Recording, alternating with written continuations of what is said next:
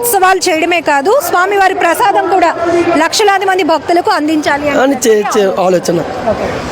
ఎన్ని డేస్ కష్టపడాల్సి వచ్చింది? అనకాపల్లి ఆర్టిస్టే చేశారు అంటున్నారు. ఎన్ని డేస్ నుంచి ఇక్కడ స్వామివారి విగ్రహం ఏర్పాటు? సుమారు 2 నెలల దగ్గర నుంచి కష్టపడుతూనే ఉన్నారు. 2 నెలల దగ్గర నుంచి కష్టపడుతున్నారు. ట్రస్ట్ మెంబర్స్ కూడా 40 మెంబర్స్ దగ్గర ఉండి అందరూ కూడా కష్టపడుతూనే ఉన్నారు. నిన్న నైట్ అంటే మన గూగుల్లో సెర్చ్ చేసినా రాలేదు ఇది, అంటే శాంపుల్ చూద్దాం పోనీ ఏంటి అని, అయినా సరే రాలేదు. ఈ రోజు నుంచి వస్తుందేమో, ఇంకా అంతే, మనం అంత ప్రత్యేకత తీసుకొస్తాం. ఈ రోజు నుంచి వస్తుంది. ఇంకా బెల్లం వినాయకుడు అంటే మన వినాయకుడు వచ్చేలాగా ఏంటంటే అలాగ రావాలి, ఇది కావాలి, కొత్తగా ఏదైనా ఇది కావాలని చెప్పి మనం ఇది చేసుకుంటాం. అంటే ఇప్పుడు ఈ ఇయర్ ఫస్ట్ ఇయర్ వస్తున్న రెస్పాన్స్ బట్టి నెక్స్ట్ కూడా కంటిన్యూ చేద్దాం. ఖచ్చితంగా ఇంకా మంచి కాన్సెప్ట్లతో, అంటే ఒక మట్టితోనే పెట్టగలరు లేకపోతే ఒక ప్లాస్టిక్ ఫైబర్తోనే పెట్టగలరు అని జనాలు మైండ్ సెట్లో ఉన్నది.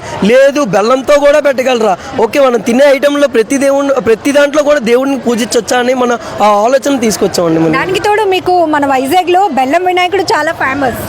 సాగర తీరానికి ఆనుకొని ఉన్నటువంటి ఆలయం, ఆ కాన్సెప్ట్ ఇక్కడ కవర్ అయింది. అతిపెద్ద వినాయకుడిని ఏర్పాటు చేసిన కాన్సెప్ట్ కూడా కవర్ అయింది. లక్షలాది మంది భక్తులకు గణేష్ ఉత్సవాలు చేయడమే కాదు, స్వామివారిని చూసి వెళ్ళటమే కాదు, వాళ్ళకి ప్రసాదం కూడా అందించాలన్న కాన్సెప్ట్ కూడా కవర్ అయింది. సేమ్ అనిపిస్తుంది, ఉదయం నుంచి ఇంతమంది భక్తులు వస్తున్నారు, మీకు కూడా ఏదో చెప్పుంటారు మిమ్మల్ని ఎంకరేజ్ చేయడానికి. అంటే దగ్గర నారా లోకేష్ గారు ఓపెన్ చేశారండి నమూనా. నారా లోకేష్ గారే షాక్ అయిపోయారు, అమ్మో బెల్లంతో చేస్తున్నారా, వీలైతే నేను అటెండ్ అయ్యేలాగే చూసుకుంటాను ఈ ప్రోగ్రామ్ ఖచ్చితంగా అని ఎంపీ రామ్మోహన్ నాయుడు గారు నిన్నే కలవడం జరిగింది.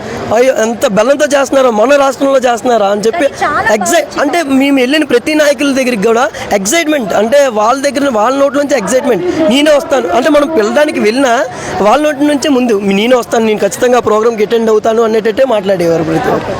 సో ఖచ్చితంగా నారా లోకేష్ గారు అలాగే పొలిటీషియన్స్ కూడా స్వామివారిని దర్శించుకోవడానికి రాబోతున్నారు.